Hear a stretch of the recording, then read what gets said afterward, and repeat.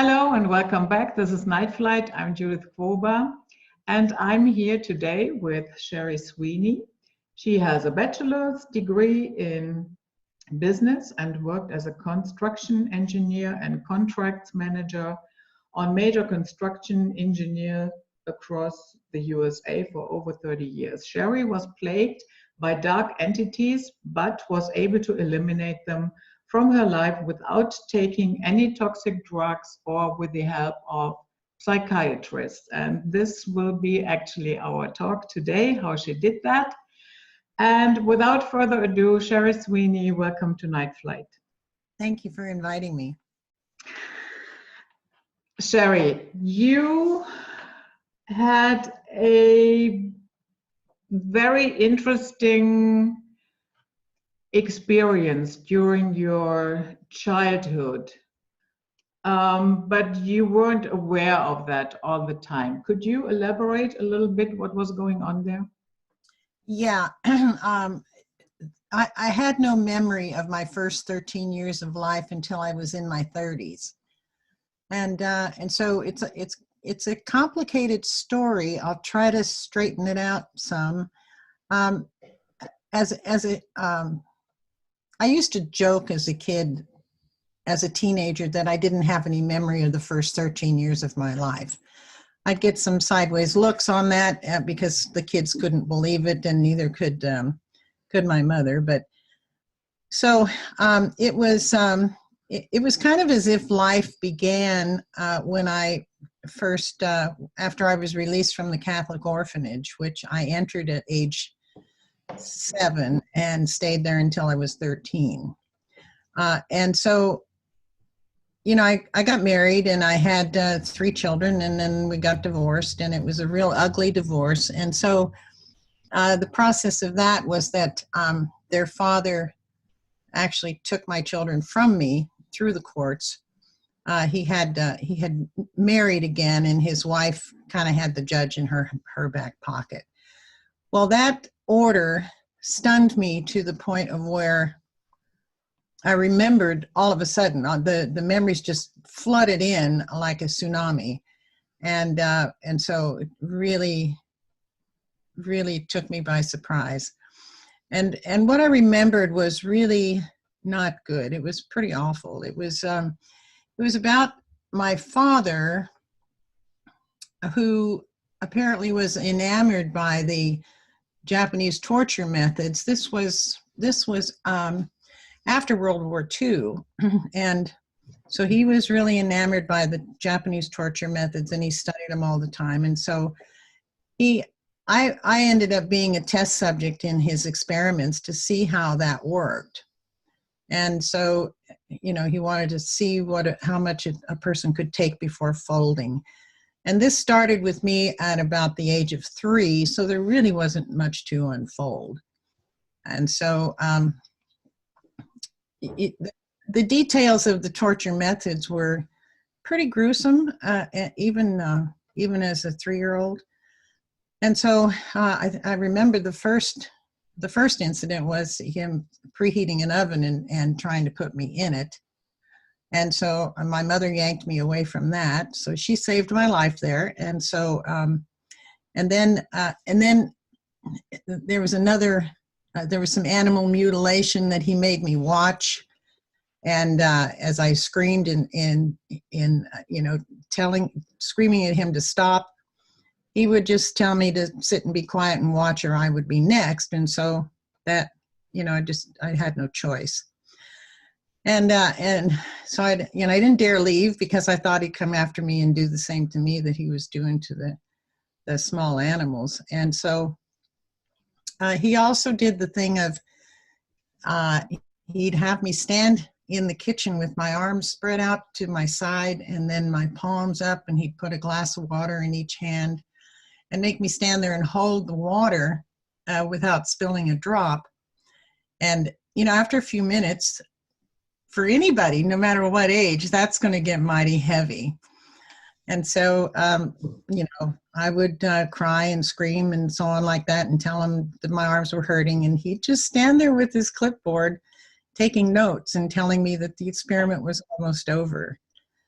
And I remember other experiments of burning my hands with a soldering iron and telling me not to make a sound, or the soldering iron would be burning me other places and so on like that. Needles under the fingernails and all of that. And what when I remembered all of this, all of a sudden, it was, you know, it was too much to be true. And I was really, really shocked. So anyway, it's been suggested by other people that perhaps he was part of a mind control group and carrying out orders, but I have no idea about that, and I can't confirm it and wouldn't know how. So at about the age of 6, I was removed from his house, and I was taken to a juvenile detention center. And that was because the social workers said there was no room at the orphanage for 6 months. So I had to hold up at the juvenile detention center for a while. And I got into trouble there and got in a fight with a 12-year-old girl.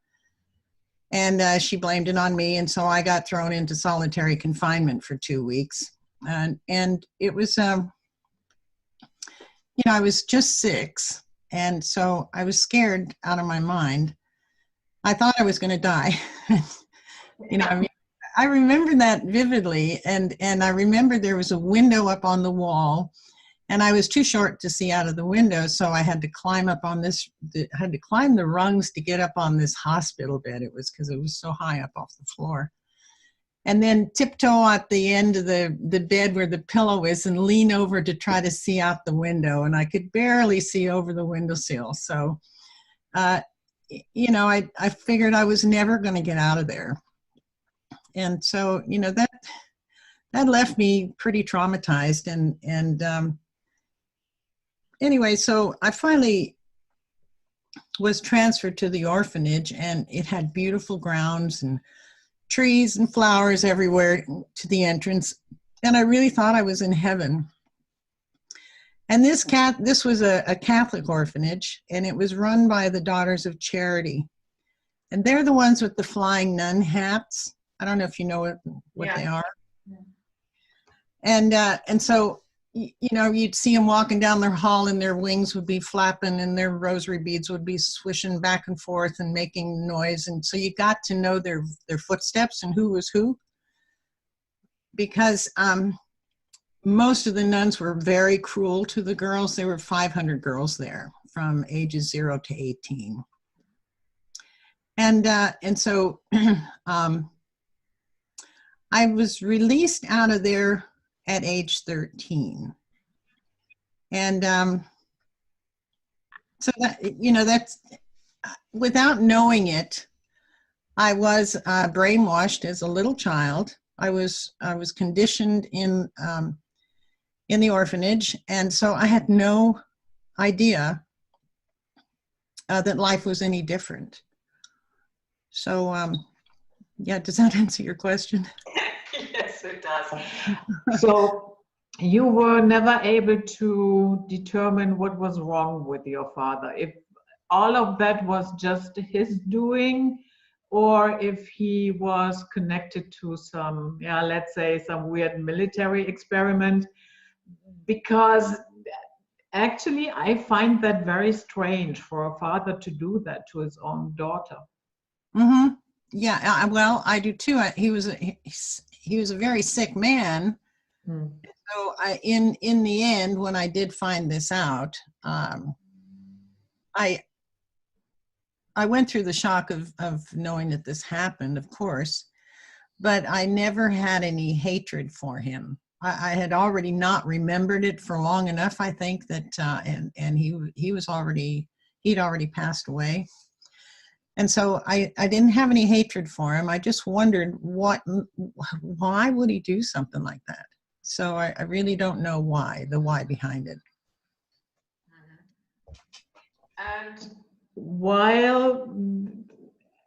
And I think that goes for both the orphanage and or your father, because we know that one of, yeah, let's say milder forms of mind control is to tell somebody, you know what, you are broken, you are bad, you need to be fixed, join our cult. Yeah, no kidding. In the orphanage, we had to go to church every single day. Mm-hmm.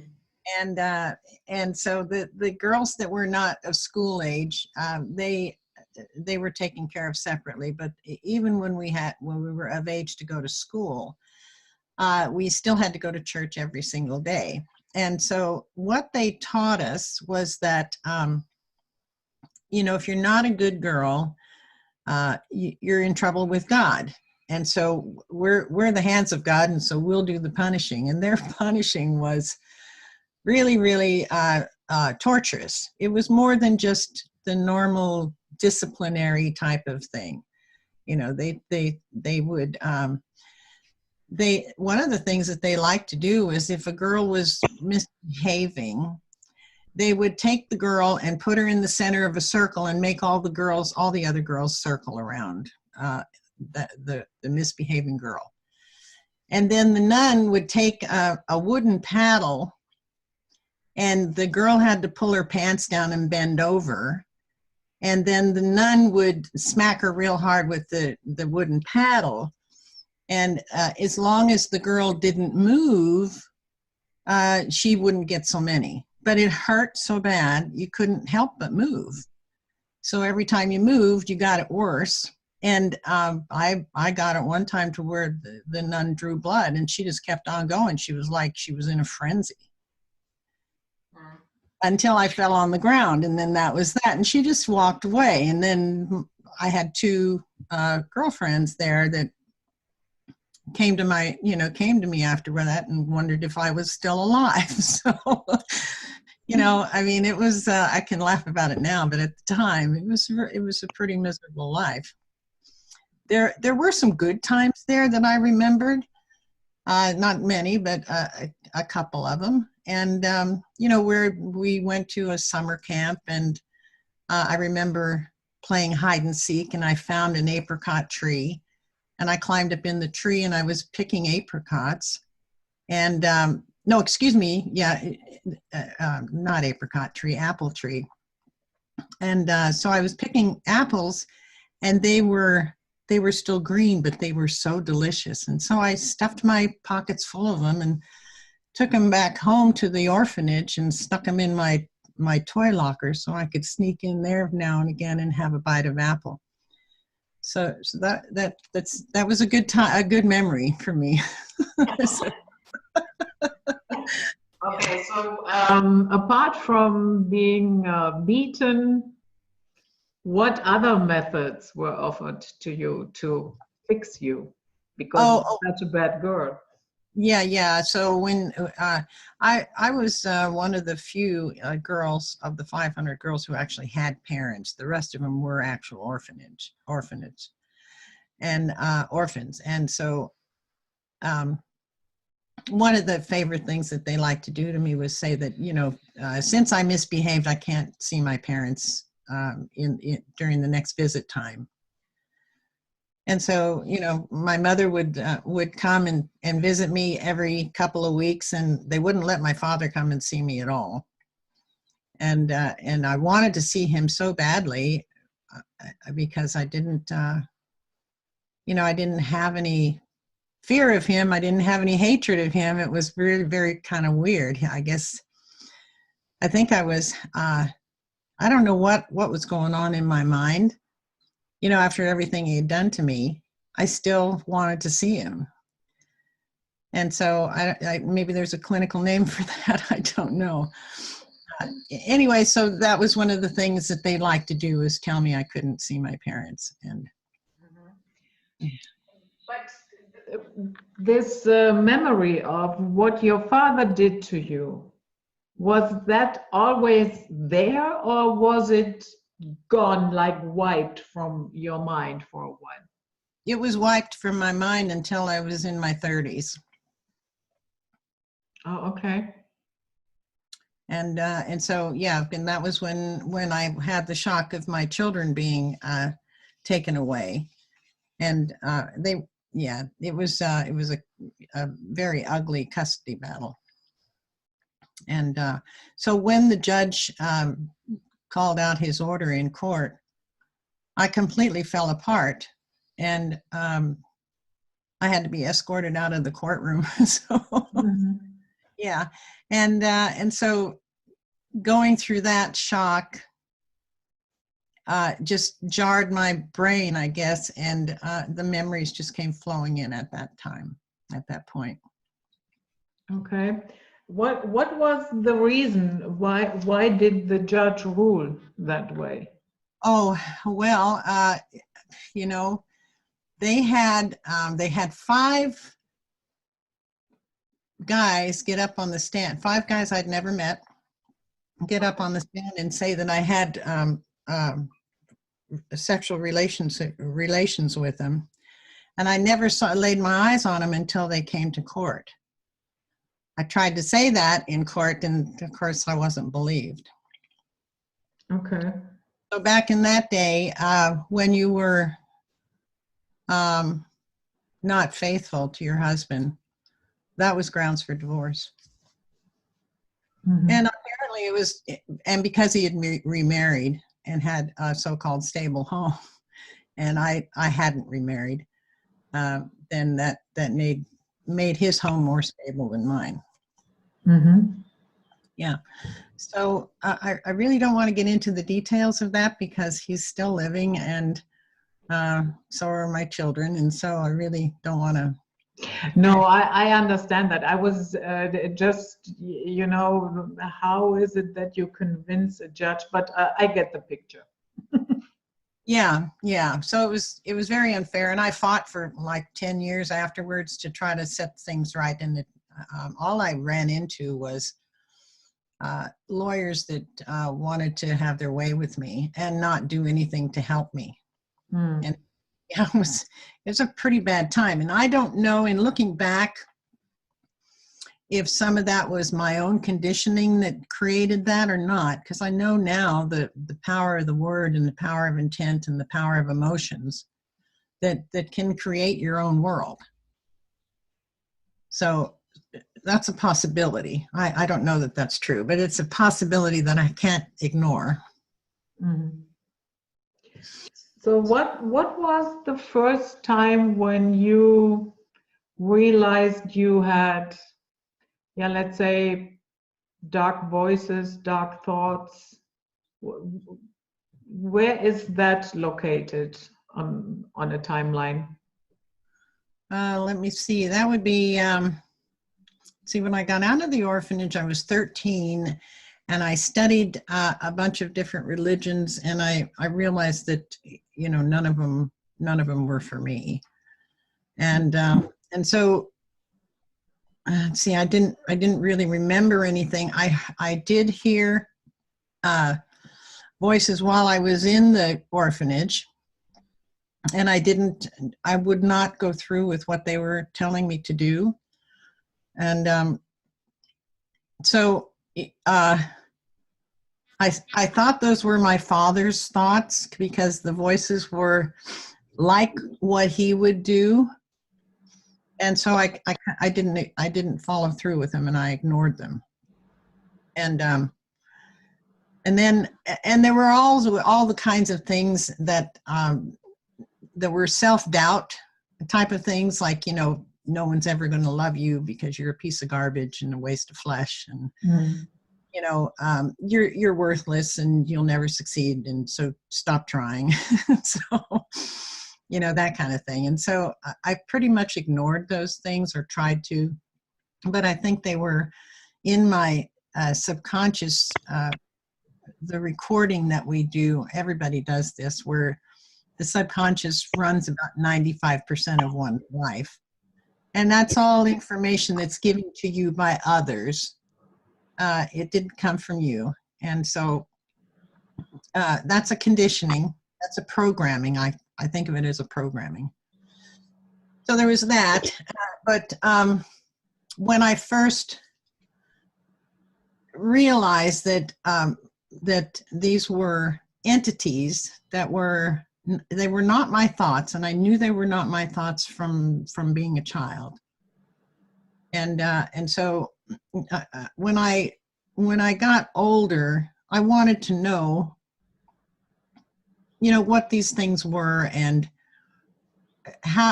what was going on with me. I didn't understand any of that. And so I did a lot of research, and I read every kind of book I could find on the brain.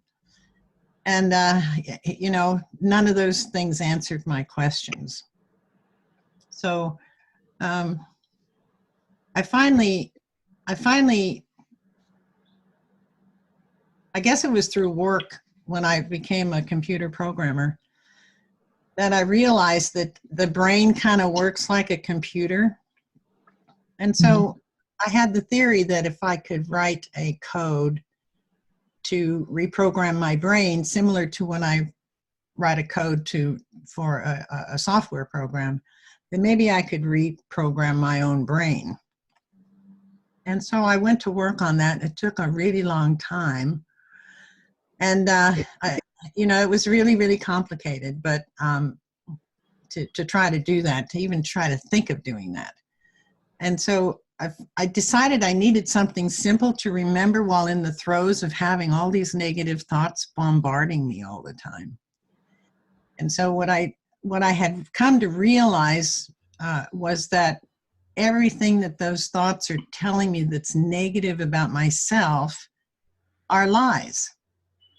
And so I thought, what if I start using a different pathway in my brain and do something different than follow or even consider that those things are true? And so I ended up, when I'd have a negative thought, I would say that's a lie. And then I would go on to try to do something else. And I hypothesized that if I did that long enough and stopped using that other part of my brain, that it would atrophy and I would no longer be able to use it. So that worked. It took a long time. It took about, maybe about 10 years for me to get it right and to work it right. And now that it works right, people are using it and they're having amazing results like almost right away. So I had to work out the kinks, by trial and error first with my own brain. And when I found the way that it works and I used it consistently over the years, it works like a charm. So I still use that method whenever I have negative thoughts about myself, which hardly ever happens at all anymore. But they will come back and test the waters from time to time. I think they always will. So we just have to be alert of our own thinking and know our own selves enough to be able to do that. I think one interesting aspect is that these entities never say anything uplifting. It's always destructive.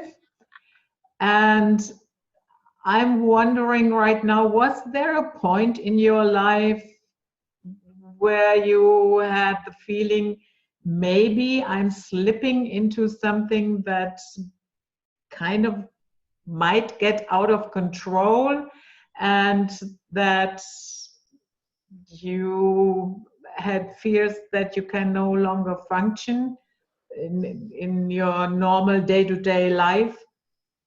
Mm-hmm. Yeah, I have had those moments. And in fact, until I got a handle on it, there were times when I would hear the thoughts of, you're walking on a fence line and, it would be so much easier if you would just let yourself go insane and, then everybody will take care of you. You won't have to worry about anything. And I couldn't allow myself to do that. And I just decided that no, I don't need that. I'm going to be strong, and I'm going to continue staying on the other side, on this side of sanity, and not let myself go. I think that's where a person needs to be when they get to that point, because it's a pretty desperate point. A lot of people will just give up and commit suicide. And I remember in my younger years, I now and again had some suicidal thoughts, but I just couldn't do it. I just, it wasn't that I was afraid. It was like, no, I've got to see what happens, so yeah, I didn't want to end it, even though the thoughts came into my mind. I had to remember that they weren't my thoughts. Mm-hmm. So yeah, the trigger for that was to say, that's a lie. That worked really well for me, and it's working for other people too now. Yeah, I read your article. It's a lie. Mm-hmm. And by the way, I will link that in the description box. I think that is very helpful, very useful. And you sent me another comment on that article. Yeah, that's amazing. And it really it makes me feel wonderful that other people are using that and having success with it. Yeah, yeah. How was it that you never considered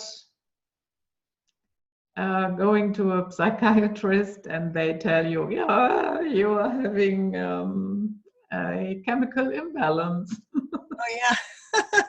Well, I didn't know about the chemical imbalance story that they gave, but I did intuitively know that if I did go to a psychiatrist or a psychologist, that I would be, and I told him what was going on with me, I would be labeled insane and given a whole bunch of drugs, and then I would be drugged senseless and I would not be me anymore. And I didn't want to risk that. So I thought, okay, I'm on my own here. There's nobody I can talk to about this that would want to listen or without thinking I was completely crazy. I really had a fear of what other people thought back in those days. And that was something I needed to get over. Mm. Yeah, I mean, with the psychiatries, it's not only that they have a certain attitude towards you, but they can really make your life miserable, even more miserable. Oh, absolutely. They can put a label on you, and that label sticks with you for the rest of your life. And whether it's true or not, once you're labeled by a psychiatrist, you're sunk. That's you from now on. These psychiatrists do not think that this type of thing can be cured. They think the only thing to do is to tranquilize, and that's not true. I'm living proof of it. Some of Jerry Marzinski's patients are living proof of it. And they have, he deals with people who suffer from schizophrenia. And so, and the difference between, I think the difference between schizophrenia and what I experienced is that I didn't let the voices get control of me to where I had no control over my own self. And I think that's probably the definition. You'd have to ask Jerry for sure, but yeah. But see, the thing is, these entities attack everybody on the planet, and some people are extremely affected, and others are just kind of, no big deal. Just, I don't know where that thought came from, but let me just carry on with my day.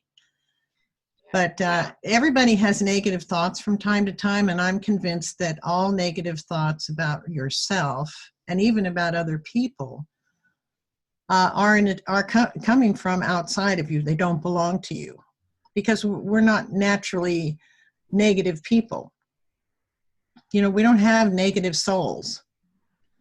And so I'm quite sure that that's where all negative thoughts about yourself and others come from.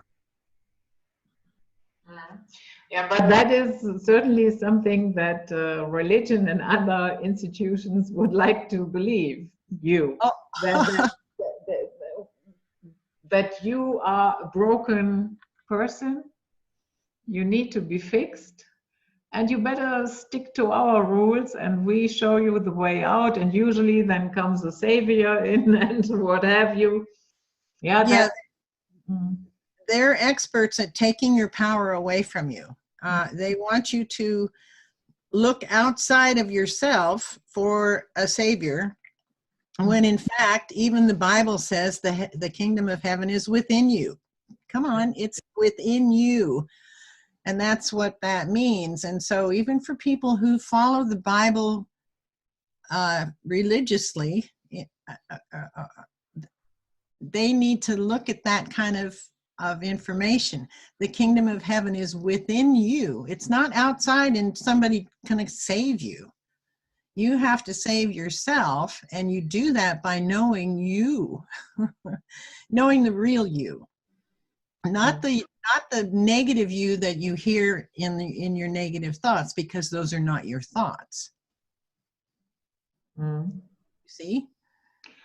Have you any idea why some people, I agree that it happens to all of us, that we get really weird thoughts, and then if we are aware and we are watchful, then we can see, okay, here comes a thought that is definitely has nothing to do with me. But do you have any idea why some people are affected so heavily and others, they just can brush it off? Well, I'm not sure, but I think it has to do with if a person is pretty well broken at an early age, abused or sexually molested or betrayed, or something that is a shock to the human psyche, that leaves a door open for the entities to enter. And so, you know, everybody has traumas in their childhood. They fall down and they break a bone, or they have a concussion or something like that. But not everybody has hatred surrounding their lives. You know, kids can be mean as can be at times, but and that's one thing, but it's not enough to shatter an individual when the individual has a healthy home life. If the individual doesn't have a healthy home life and they live in a totally dysfunctional family, well, they begin to break open, their psyche begins to break open, and then they're vulnerable to insults and teasing and stuff like that. So they begin to hear the thoughts that say, well, you know, you deserved it, and what they're telling you is true, you're no good, and all these horrible things to lower the self-esteem even further. And if that keeps up and the child doesn't get some kind of idea that none of that's true, they could very well become victim to the entities in a very serious way. Yeah, makes perfect sense. That is, I guess, how MK Ultra programming works. You get completely shattered and then build up again in their image. What program is that? MK Ultra. Oh yeah, the MK Ultra. They actually go so far as to split the mind. They do it through emotional trauma, and you know, similar to what my dad did with the making me watch him mutilate animals.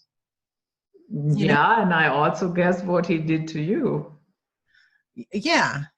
And so, you know, I mean, that if anything split my brain open to where I was, you know, completely vulnerable to these entities, that was it.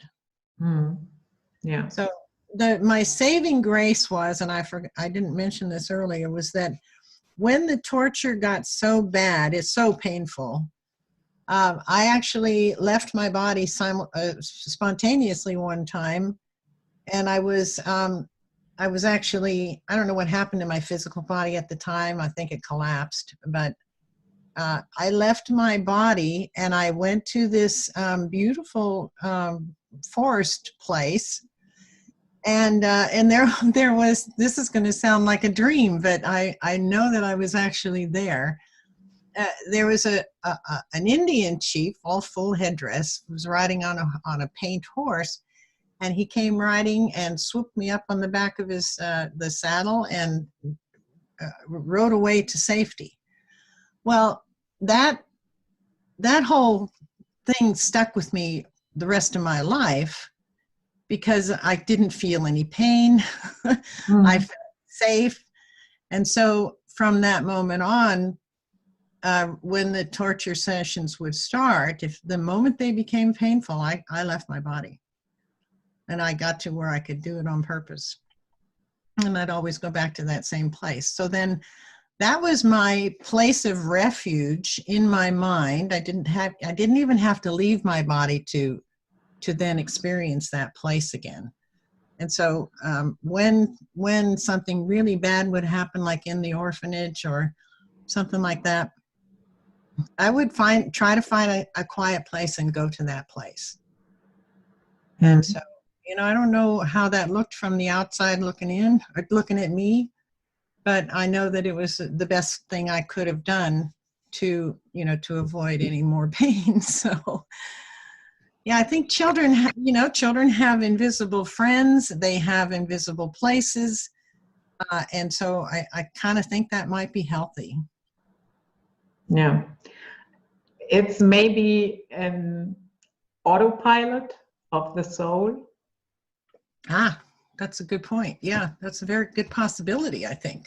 Yeah, that it has this inbuilt autopilot when it comes to a point where it's really, really too much, that you have this capability of escaping. Yeah. I think that's another testimony to how powerful our minds are. I mean, we're learning more and more in science today of, how powerful our minds are. And, there's even a meditation group that did an experiment where they actually lowered crime in Washington, D.C. by 23.3% for a week. And this was measured by the FBI. And this was from a group doing meditating for this period of time. That was in 1993. And so as soon as they stopped meditating, the crime rates went back up again. So that was testimony to it was this meditation group that they were meditating on peace. That's all they were meditating on, was on, they were feeling peace. They weren't saying, oh, let there be peace. They were experiencing peace within themselves. And that radiated out and affected the rest of the town. That's pretty amazing stuff. Yeah, I heard about that experiment, and it's, to me, a testimony as well that we are so much more than we are being told. Yeah, and I think that, okay, so back in the 1940s, there was a group of scientists that were, they were the Einstein group, and they came up with what they called, they were talking about quantum physics, and they came up with what they called the observer effect, to where the experiments were changed when they were observed. They couldn't be clean experiments. They didn't know how to deal with, how do you do an experiment and not look at it, not observe it. But they knew that if they did, the mere act of observing the experiment changed the experiment. So they kept this quiet in the public because what that meant was how powerful our minds are. And they didn't want the public to know that.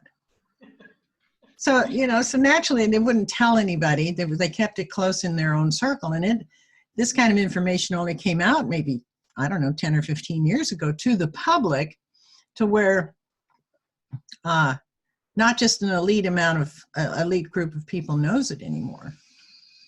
Hopefully everybody knows it by now, but you know, what do they do with it? Yeah, that's the point. What kind of conclusions are they drawing? Yeah, exactly. So they didn't get the straight story to begin with. So now they're gonna take it and you know, do whatever they do with it, and not always in a good way. Mm. You know, because our minds are powerful to the good, and they're also powerful to the bad. So while you were still experiencing these voices and dark thoughts, were there times when they were more subtle or almost gone? And if so, what did these times have in common? Yeah, let me think.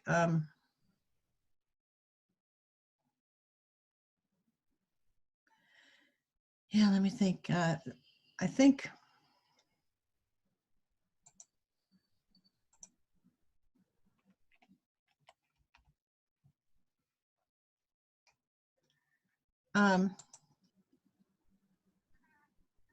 the thing that keeps coming to mind is that the thing that was in common was when I was concentrating on solving a problem. But see, because I'm into engineering and science, and so I'm very scientifically minded.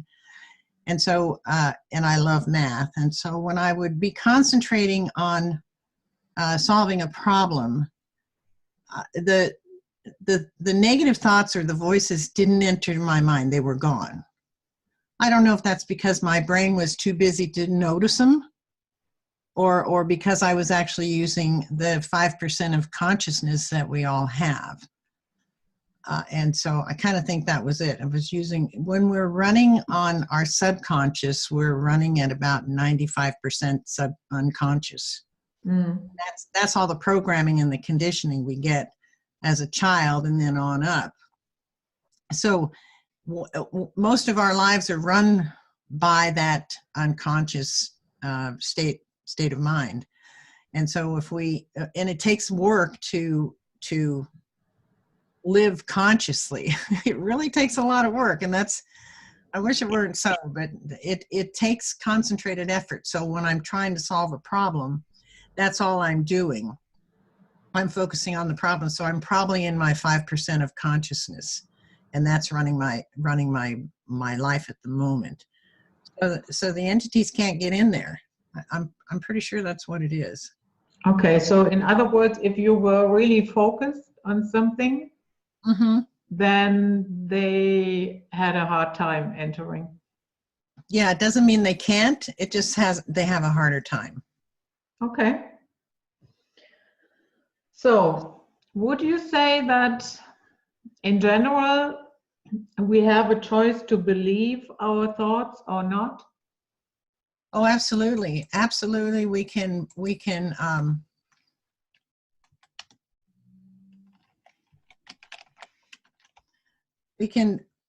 believe anything we want to believe, and or we can reject them and laugh at them. But what we the problem I'm having with explaining this is that most of what we believe comes from that 95% unconscious. And most of that 95% unconscious comes from others. It doesn't come from us. It's, you know, it's what we learn as a child from our family and our society and our church and the kids around us and all of that good stuff. So if we believe that fervently, that didn't come from us. We didn't generate those thoughts. So what was the rest of your question? No, you answered my question. Sorry. No, that's okay. Yeah, I think that, yeah, most of it is culturally, and our parents, the ministers, the teachers, everybody always knows what is best for us, except ourselves. Yeah, and that's true. And as a young child, we don't know what's good for us because we're just growing up.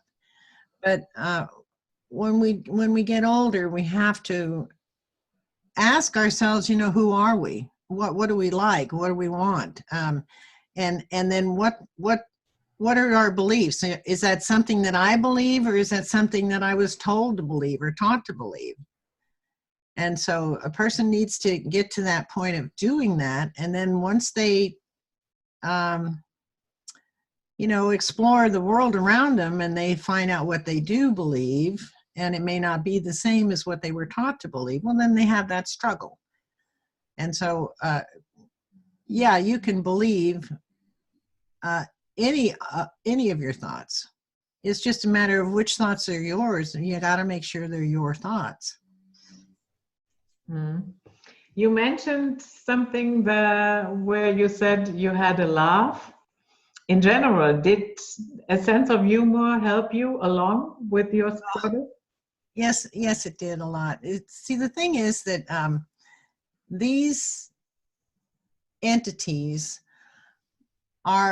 they kind of act like a broken record. They're pretty robot-like, so I'm not sure what they are. I mean, they're invisible, so far as we know. We can't detect them yet, although I think there's new technology coming that might be able to do that.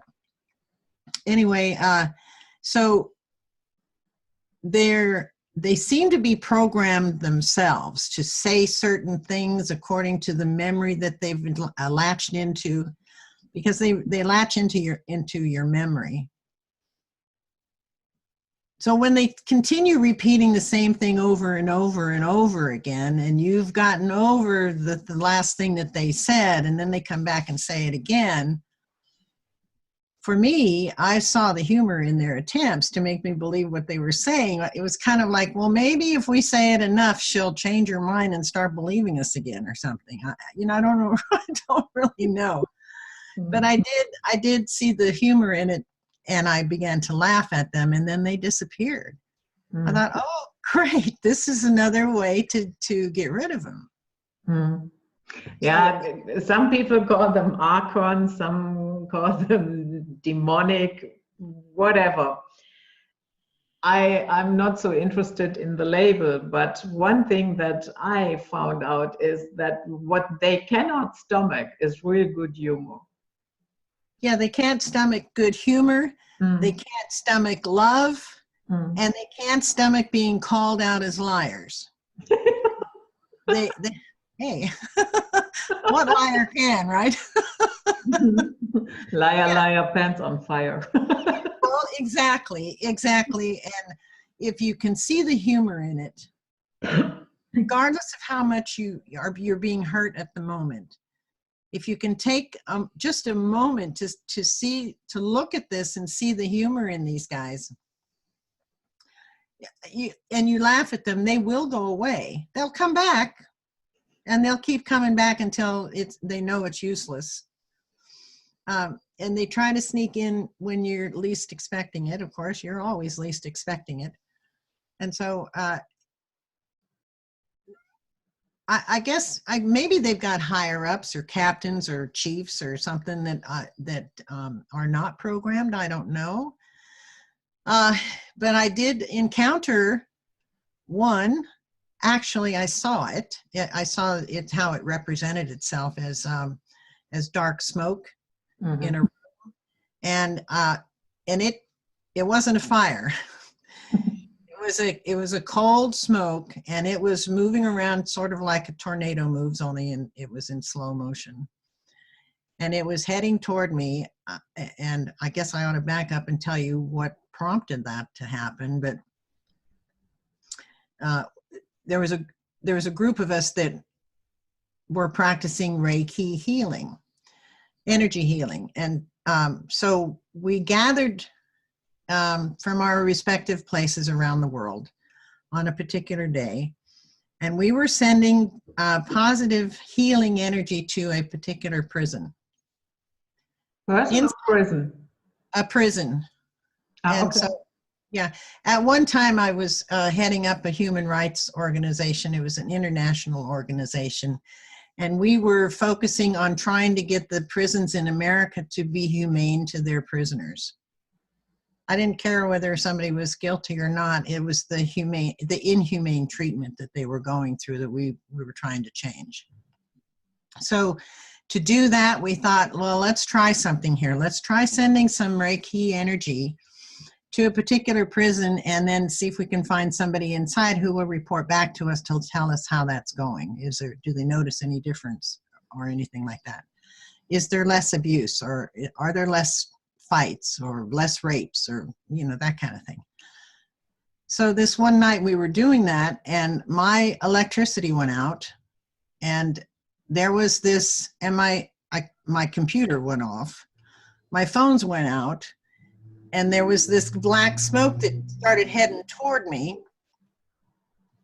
Well, I was pretty shaken up, and then, but I figured, okay, so this is one of those guys. I can't, you know, I have to just say this is a lie. And but the message that came through was, these prisons are mine. Well, of course they're theirs. They claimed them because they're full of negative energy, which these entities eat as food. That's their food. Yeah, they can lose there all day long. Yeah, and prisons are, you know, a warehouse of negative energy. So that's one of their main hangouts, and they just keep perpetuating it continuously in the prisons. So when I saw this black smoke coming toward me, it was saying things like, you don't have any control here, and I'm the one in charge, and these prisons are mine, that kind of thing. Mm. And I said back, no, you're the one with no power here. Oh, great. And it went away for just a moment, but then it came back. And I thought, okay, now what? Is it going to kill me or what? And so then it started saying the very same thing again. You're the one with no power here. Those prisons are mine. And it was saying it over and over again. And all of a sudden, I got this flash in my mind of a Monty Python skit. Mm. And I started laughing. Mm. I started laughing. I couldn't help myself. I just started laughing, and it vanished. And that was the end of that. My lights came back on, my computer came back on, and my phone was working again. So that's the scariest, eeriest thing that happened with seeing these things. So, and it's the only time I ever saw one. Did you ever have an experience where they attacked you in your dream time, or you had the feeling that they are broadcasting into your head and make you believe that that is your dream? Oh yeah, that still happens to me. It also happens to Jerry, I find out, and I think this is happening because we're exposing them worldwide, and we're helping people learn how to get rid of them. You know, they don't want that, so they can't attack us physically anymore that I know of. And but now they're trying to attack us in our dreams. They're doing threats. They're one time. Oh, this was, I think it was last year. I was telling Jerry I had a dream where there was this voice in the dream was telling me I had cancer. And I said, I don't have cancer. Of course I don't have cancer. And so, well, you need to go get that looked into. And I woke up and I thought, okay, that had to be one of the dark side entities coming in to try to scare me into believing that I had something that I don't have, because the power of belief can create disease. Yeah. And so I think that's what they were trying to do. And I told Jerry about that, and he said that he had listened to an interview with, I can't think of his name right now, Jason, I don't remember his last, Jason Pratt, I think, or don't remember his last name, had the very same kind of dream that he was talking about in the interview, and I had not seen that interview. So here's what they're doing. They're trying to scare us in our dreams, so when we wake up, we're frightened about, oh my God, I have this disease. And if the person thinks about it long enough or goes and gets it checked, of course they'll probably have the disease. So, actually Jerry wrote a short story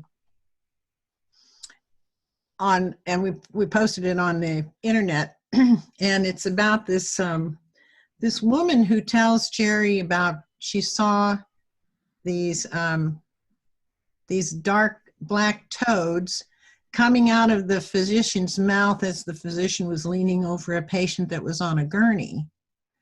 And those black toads were coming out of the physician's mouth and glomming onto the patient and making the patient sick. This was one of his patients that saw this. So maybe she saw it and maybe she imagined it, but I think she saw it. And they weren't aware that she saw it because she went through all kinds of misery just trying to get the story out to Jerry. They were trying to prevent her the whole way from telling the story. So I kind of think that she actually saw something. So yeah, these doctors, even the medical doctors, I know they mean well, but when they tell a patient the worst case scenario, especially if it's a shock, the shock makes the situation worse. You have 6 months. Yeah, so then guess what? You have 6 months. If you believe it. Those that don't believe it and go off their way and do something else to make themselves better, well, they have a much better rate of survival. Yeah. I had a wonderful interview with Sonia Barrett exactly about this subject. How, and she mentioned many cases, how people who were perfectly fine talked themselves into believing that I will have cancer at one point, and they did.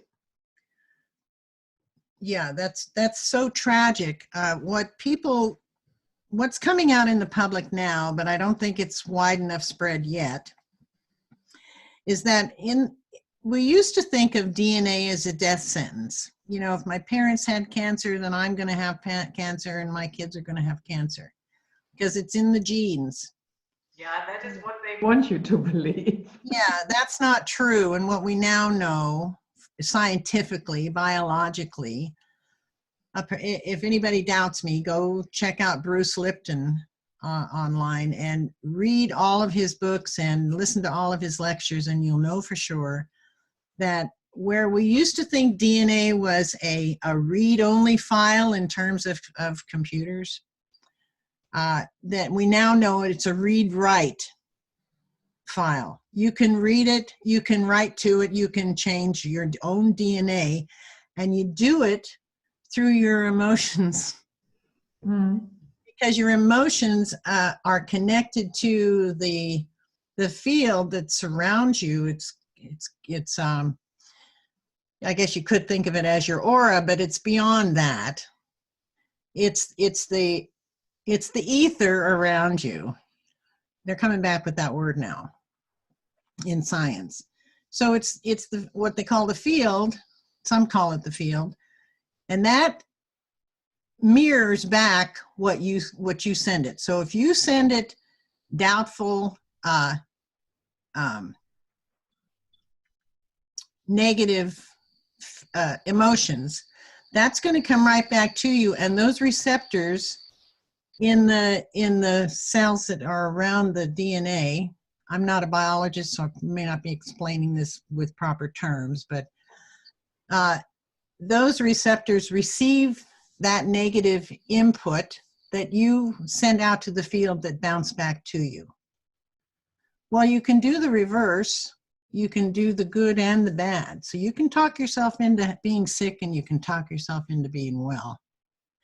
It's not an overnight thing for most people, and that's the rub. We're so used to getting pharmaceutical drugs that have an immediate effect, even though they might kill you in the long run.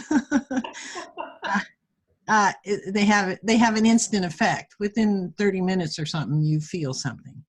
When you're doing things naturally, it takes a while. You know, it takes a while for the reprogramming to begin and to get going. And it's like a cell growing. A baby doesn't grow overnight. So and that's nature. And so that's one of the things that people need to start kind of getting used to, that if they want to do something naturally, it's going to take a little time. If they want to do it pharmaceutically, well, they'll have some kind of result in a little while, in 30 minutes or an hour or a day or something like that. And if they continue with that, they'll probably have a malfunction somewhere else in their body and have to take more drugs to compensate for that. So anyway, it's a instant gratification society that we're living in today. And so few people have the patience to wait for nature to do her thing. Our bodies are intelligent. They're designed to heal anything. We just have to step out of the way and let it do it. Yeah, and you have to provide the right conditions. Yeah, the right environment, because it's the environment, which is the field around us, that actually affects our DNA. You put something in a healthy environment, it's going to be healthy. You put it in a sick or depraved environment, it's going to get sick. That's what these entities are counting on. They don't want us to know this stuff. They absolutely don't want us to know it, so they do everything they can to hide it, to cover it up, to obscure it, to call it quackery or whatever works. They don't care what it's called. It's just whatever makes you not believe it. So we have touched on how we can talk ourselves into really, really hideous situations, bad diseases. But we can also do the other thing.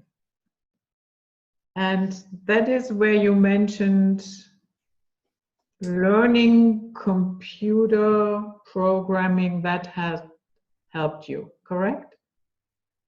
Yeah, and so that was how after I learned computer programming, and kind of made the connection between, well, our brains are sort of like computers. They kind of operate in the same way, in that they can be programmed.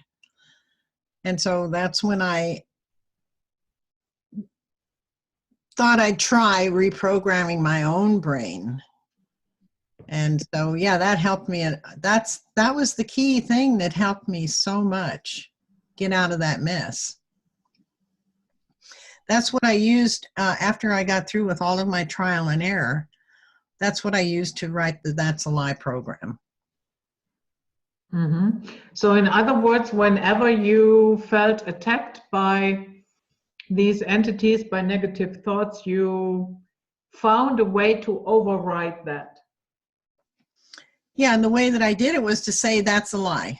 Mm-hmm. It's a short, sweet saying, because what I was trying to get to was I needed to come up with something easy to remember while I'm in the midst of being bombarded with negative thoughts, because that's a really hard thing to do.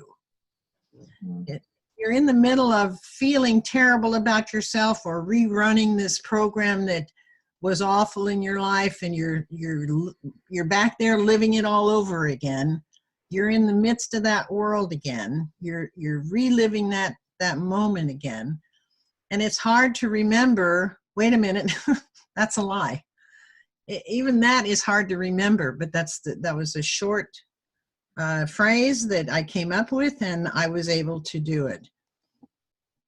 Mm-hmm. Yeah, in that situation, you cannot use a convoluted and long ritual. You have to have something that's cutting through, fast, effective, and furious. Exactly. And that's what I found. And that's now today what other people are finding too, that they use the that's a lie. And when something negative comes up, or they find themselves reliving a situation they hated, and they remember to say that more easily than they remember some long prayer, or they can go to praying right after they say that, because they've snapped out of it. They can do whatever they would normally want to do in the long version of it, but they need to snap out of the trance first. And I found that using that's a lie, whether I meant it or not, it was enough to snap me out of the trance. Can you recall the moment when it worked for the first time? Yeah, I remember it very well. Yeah, I call it my leap of faith moment. And it was back in the 90s, I think. So I was well up there in years. I was in my late 40s by then. And let's see if I can explain it. I had just come back from my martial arts class one evening, and I had been concentrating on how much I was affected by what other people thought about me. I still hadn't gotten over that part. I was still kind of other directed, and I wanted to get over that completely. I wanted to not care what other people thought. And I realized that, okay, so all I have to do is not care what other people thought about me, and then move on. But I didn't know how to do that. And so I got home from class, and I was thinking about it very intensely. And then I decided, okay, well, okay, I'm not going to care about what other people think. I'm just going to, from this moment on, I'm just going to live my life according to who I am, and the heck with what other people think of me. And right away, I heard this screaming in my head, "You can't do that, we'll die." I'm like, you know what? I don't care if you die. I don't even care if I die. I'm doing this. So I'm standing in my living room, and I close my eyes, and I imagine this abyss with no board to walk on. And I was doing there's some movie that had that scene in it. And so I took a step forward into the abyss. You know, I had my eyes closed, and I was imagining that I was doing this. So I was doing this symbolically, just to kind of let my body feel what that felt like. And I took a step, and I landed on solid ground. Of course, I knew I was on solid ground anyway, but it was the whole idea of going through that. And that was my leap of faith. And so I got to the other end, and I didn't die. I didn't physically die. I didn't mentally die. And the voices were absolutely quiet. And I thought, oh, are you gone? Oh, wonderful, you know. So, they came back, and I remember one time saying, okay, so we didn't die, and you didn't die, so it's actually pretty nice over here, right? And there was no response at all. I think they were actually gone. And that's, from that moment on, I didn't care what other people thought about me. I just wanted to be me and do the kinds of things that I like to do, and think the thoughts that I wanted to think. And my main thing is now to show others how I did this, show others who are kind of in the same experience that I was in, or having the same problems I'm having with it. Maybe they have obsessive, impulsive, negative thoughts that they just don't know how to get rid of, but they'd like to. I would urge anybody who's going through that, who's tried everything they can, or that they've found, to go over to my page and read the That's a Lie program, and just try it. You have to stick with it, because like I said, it's not an overnight fix. But it has worked for an awful lot of people, so it's worth a shot. And it doesn't cost anything. It just costs some of your time. and stubbornness. But yeah, we are not conditioned to think that we can be in control. I know. Isn't that amazing? When I first read about that we have control of our own minds, I put the book down and I said, oh, I didn't know that. You know, I really had no idea that I had control over my own mind. Yeah. I had never even thought of that concept. It was a brand new concept, and it opened up my world. I know that sounds silly, but when you've been completely ruled by these big people, these adults, you know, so you don't have any choice. You can't fight them, right? You got to just do what they say, and let them beat you and let them do all this stuff to you, and there's nothing you can do about it. I mean, but it's not like you can run and get help, because the help that you get, the help that I got, was the Catholic orphanage. Well, you know, that was just putting me into the fire from the frying pan.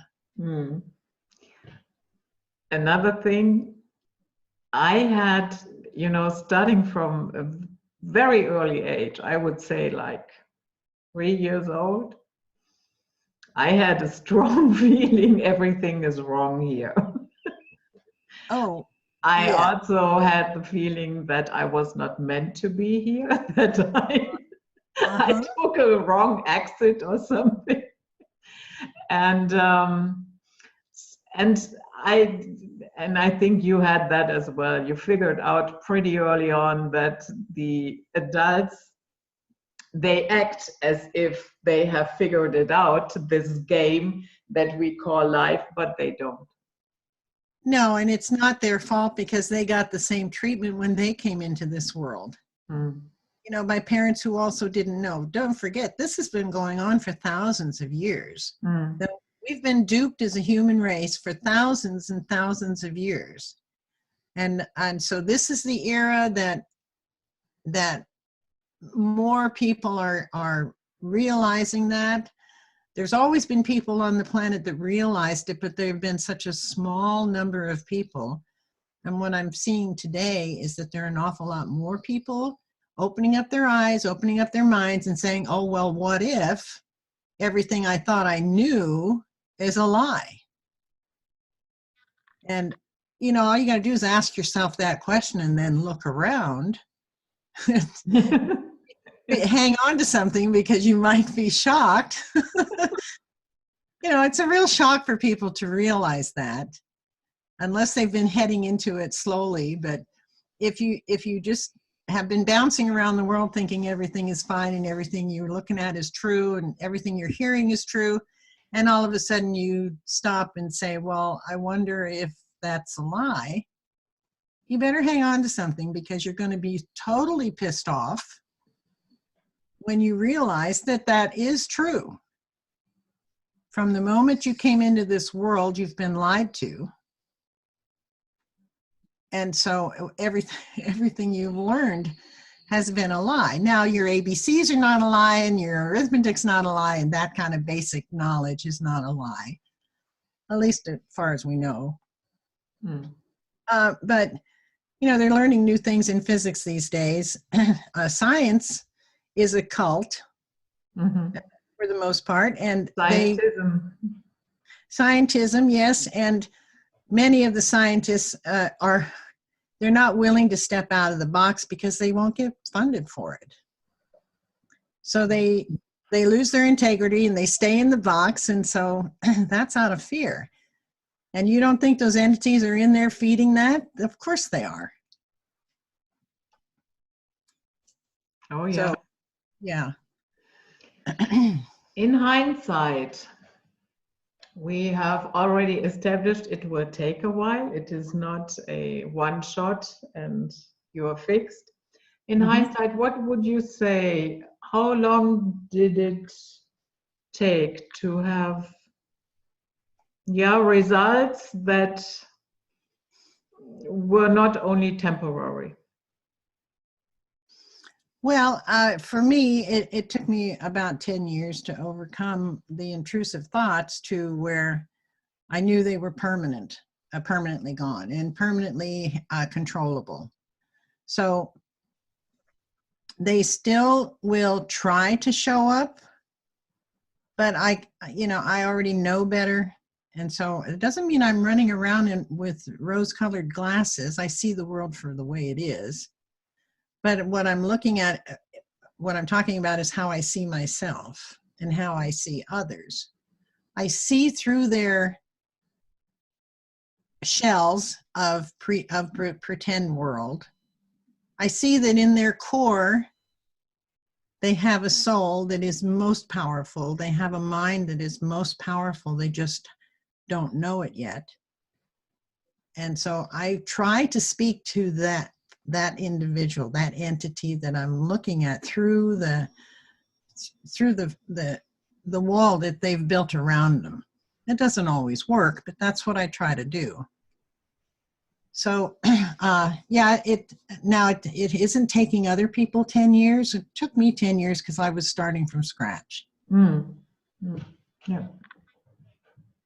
But it's a lifelong thing. It becomes a way of life. And what happens is, if you use the That's a Lie program, every moment of every day for however long it takes, and then you do it over and over and over again, finally it becomes an automatic thing. So you don't have to think about it anymore. It just is. It's your way of life now. You know who you are. You know that any negative thoughts about you that would ordinarily lower your self-esteem or make you unsure of yourself or make you nervous and that type of thing, you know that that's not true. You just automatically know that that's not true because you have the experience of it not being true. When you get to that point, it's an automatic. I think what happens is your mind is actually finally rewired to think that way. So you don't have to remind yourself anymore. Do you get feedback from other people that let you know how long it took them to at least get a grip on the situation? Well, I've had reports that it was almost instant, like a day. They start it, and then right away the voices are gone, and then they come back and they do it again, and then they come back. I don't know. Well, I'm not sure about the length of time that these people have reported, but they report that, geez, I tried this and it worked right away. It was so fantastic. I just couldn't believe my eyes or my ears. And so they just kept it up. Now, I don't know when they got to the point of being permanently resolved. So I'm thinking that depends on the individual and how severely affected they've been. Yeah, but still, I mean, a couple of days, so that's a good result. Oh, it is. It's an excellent result. The first time I read that, and I've read it from several different people now. And the first time I read it, I thought, okay, I don't know if this person is pulling my chain or not. It would be wonderful if it were true. And then here comes another one from somebody else saying the same thing in different words. And then passing the information around, posting it on their websites. They're so thrilled about it that finally I'm free. And here's what happened. Here's how it worked. It's so simple and so straightforward and so easy. They couldn't believe it. And so, however many of their friends are doing it, I have no idea. But it's like a word of mouth kind of thing that goes on, and hopefully it's helping a lot of people. But I think that is usually a good way to discern truth from nonsense. Oh, absolutely. It's always simple. It's not it can be a long story, yes, but at the end of the day, it's not convoluted. You do not need 10 specialists and experts. You know what I mean? Absolutely. And so I know some, here's an example. There are people that like to make themselves feel important. So they try to make things complicated. And in fact, the answer is pretty simple in many cases. There are some complicated things in life, but there's a guy who was an electrical engineer. And I'm not electrically minded at all. I'm civil and structural, right? So I asked him a question, and he went on to these diagrams and all this ins and outs and these really complicated words, and I had no idea what he was talking about. So then I went to somebody else and I asked him the same question. They said, oh yeah, it's real simple. It's from, you connect A to B and then C, and then you connect it back to A, and then you're done. I'm like, oh, that sounds really great. So I understood exactly what he was saying, and then I could get into the terminologies later on. There are terminologies that would fit with the That's a Lie program and how that works. But it's like you get into a vehicle to drive the vehicle, you don't need to know all the mechanisms and all the pieces and parts and how they all work and everything. You just need to know how to drive the thing and drive it safely. So that's kind of what the That's a Lie program is doing. It's just letting you drive your own vehicle at your own pace with your own force.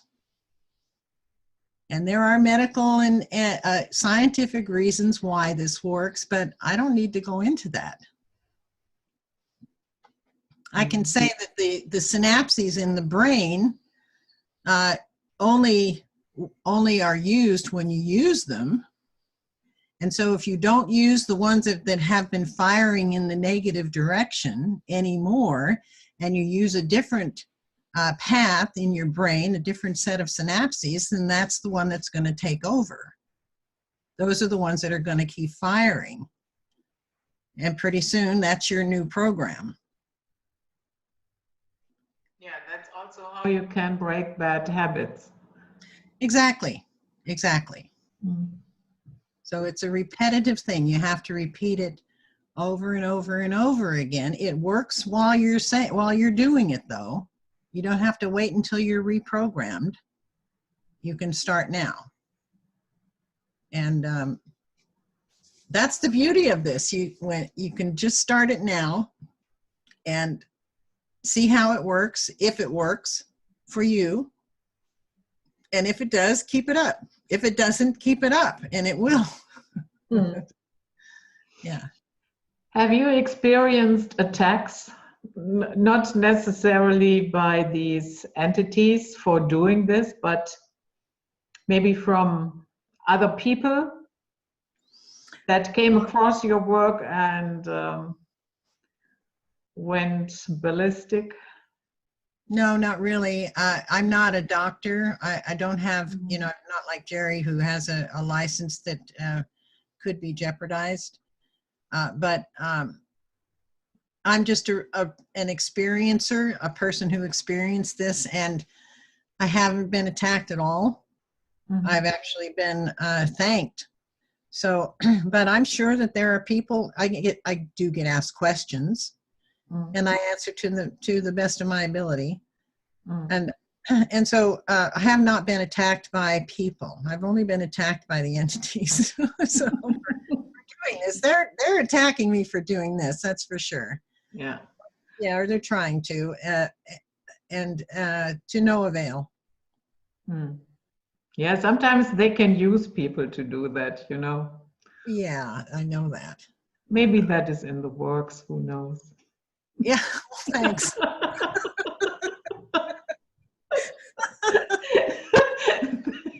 They just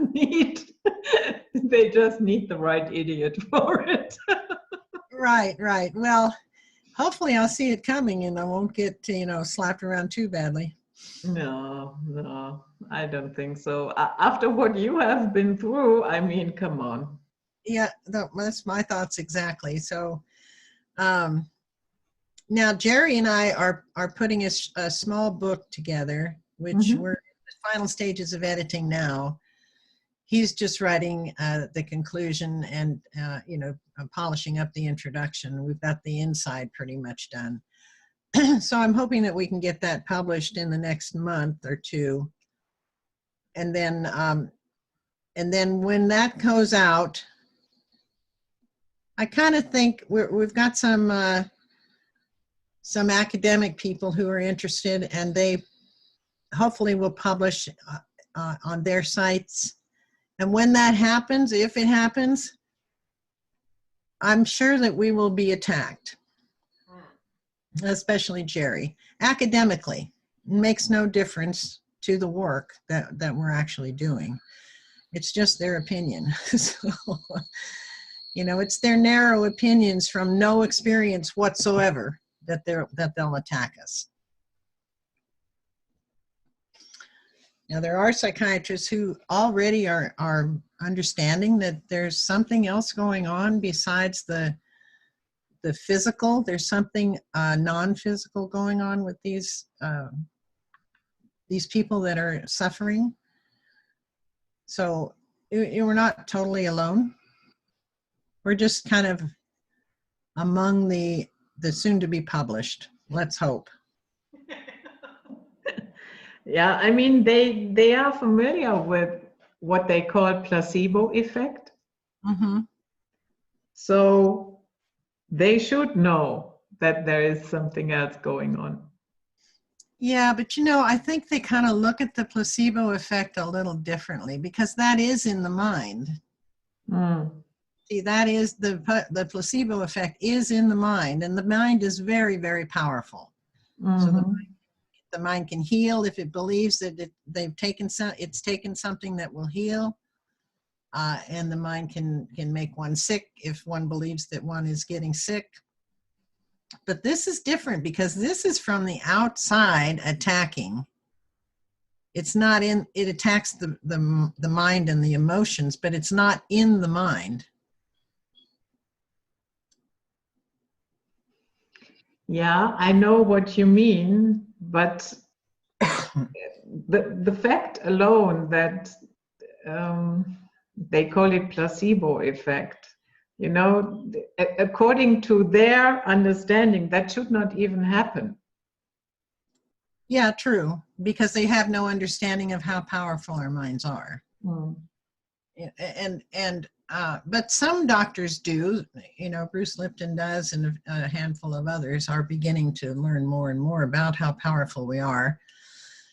The scientists have known it since the 40s, and they just have been trying to keep it suppressed from the public. Because heaven help us if we have an educated public that actually knows how powerful they are. Wow, there goes the control mechanism right away. Yeah, we can't have that. That's very true. So here goes our slave system. Yeah. So I mean, I think, the entities they're in everything on this planet, in every human being on this planet, and they like to feast on all kinds of trauma, but not just individuals. They do it on a mass scale, through terror attacks and warlike activities, and the deep state stuff that's being created by the deep state, the so-called deep state, and the prisons. And so they're manipulating this world into slavery, and we need to wake up to that. Mm-hmm. Yeah. And realize that, we're the powerful ones. The people are the powerful ones individually. You can't make somebody else be powerful. You can only be powerful on your own. And then once you realize that you can practice it in small ways by being compassionate and by being loving toward other people and yourself, that is tremendously powerful. Yeah, and I think also towards other sentient beings, because what's going on in the slaughterhouses. Oh, absolutely. Wow. Yeah, talk about negative energy. Those poor critters they have a miserable life from the moment they're born. They're tortured throughout their lives, and then they're traumatically murdered. Mm-hmm. And then we eat that energy in our bodies. I don't. I don't either. Yeah, congratulations. Yeah.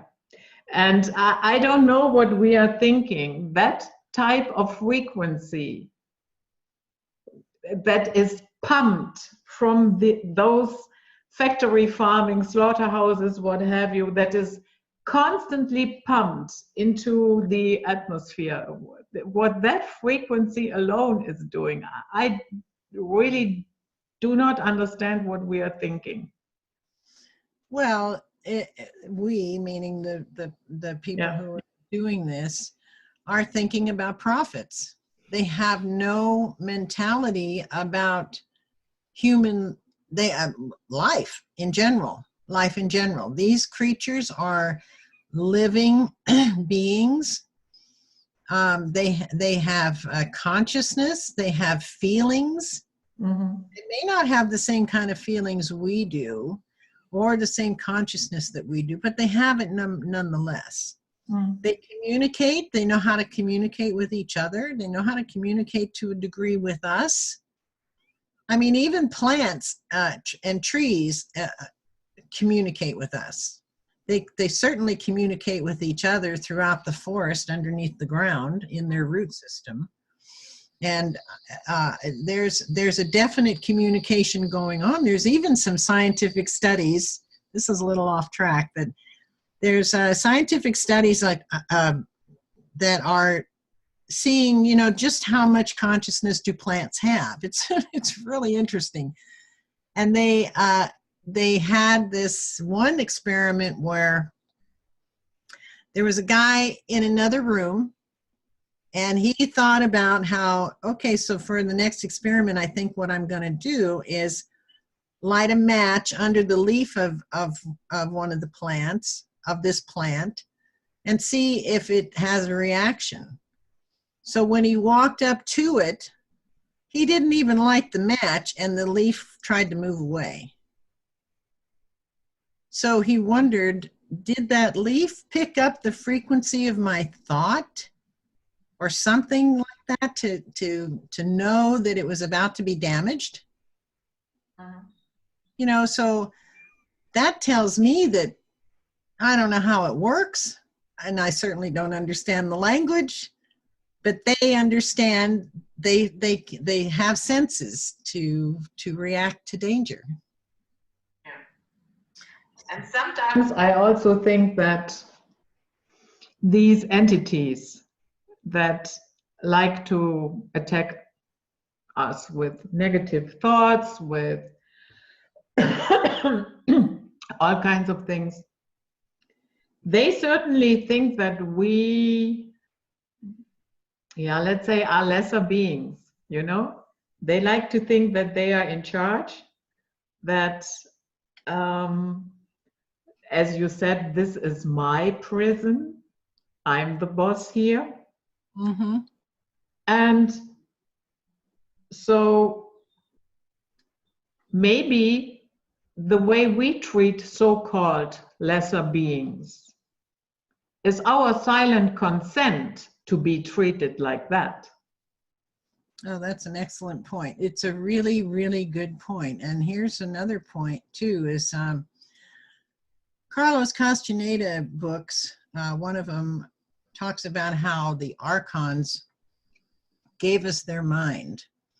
Well, if they think they gave us their mind, then they're automatically going to think that they're the superior being, right? And they own us. Well, I beg to differ. I mean, maybe they thought they gave us their minds, and maybe they do give us their minds until we wake up to it and then break away from it. I don't know. Mm. But it's understandable that they would think they are the guys in charge over everything. That's how the ancient Greeks thought of it, the ancient people thought of it, and the Gnostics wrote about that the archons are I think archon means Lord of, or something like that. Yeah, ruler. Ruler. Yeah, so they claim that they made us what we are today, and they gave us their minds. So thanks a lot.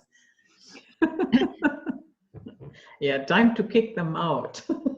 Yeah, really, time to wake up to that lie and become human, become the human beings that we actually are, that we were meant to be. And what we were meant to be is sovereign beings in whatever flavor is unique to each individual. And the whole idea of ruling over another person just doesn't come into the picture. Yeah.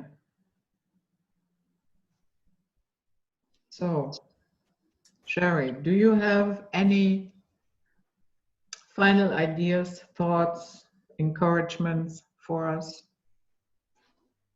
Well, I would encourage everybody who is experiencing negative thoughts of any kind, of any severity, to have a look within themselves and realize that anything negative they think about themselves is a lie. It's being fed to them. It's with thoughts that don't belong to them.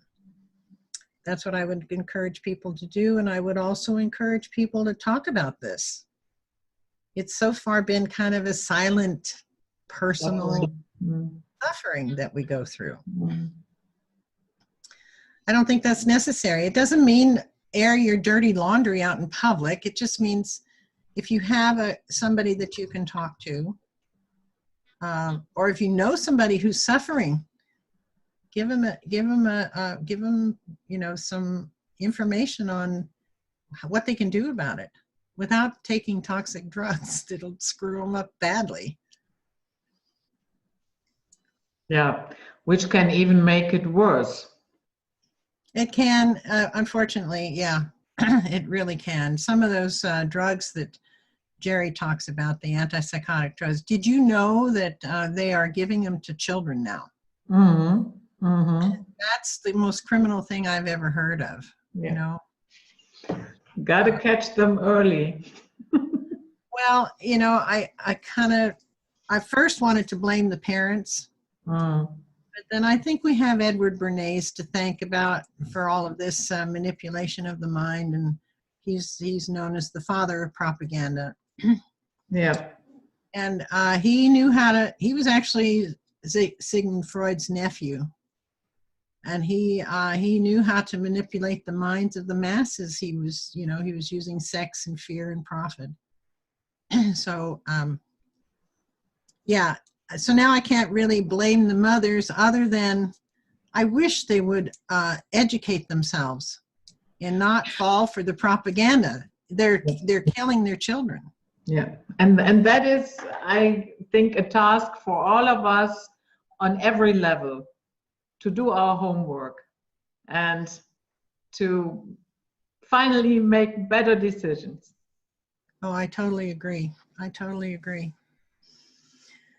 Judith, I'm so glad you invited me on, and I really enjoyed this conversation, and I hope your audience did too.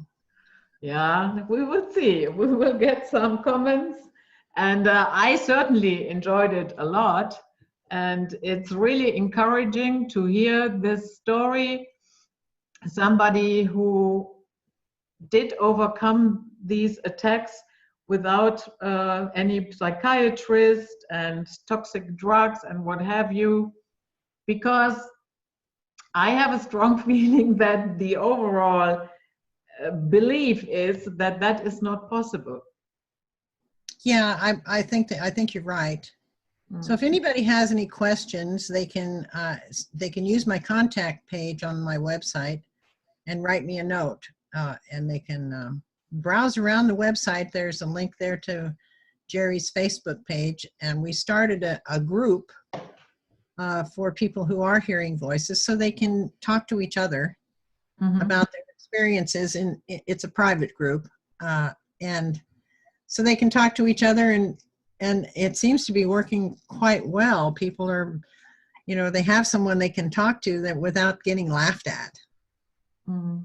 So, and there's some good ideas getting thrown around in there. So, yeah, people. Yeah. And everything will be linked below in the description box, as usual. Okay. I sometimes have the feeling people still don't know what the description box is for. Yeah, I agree. All the show notes. Okay, thank you so much for coming, Sherry. This was a wonderful talk. I enjoyed it very much. At some point, you should come back, definitely. I would love to.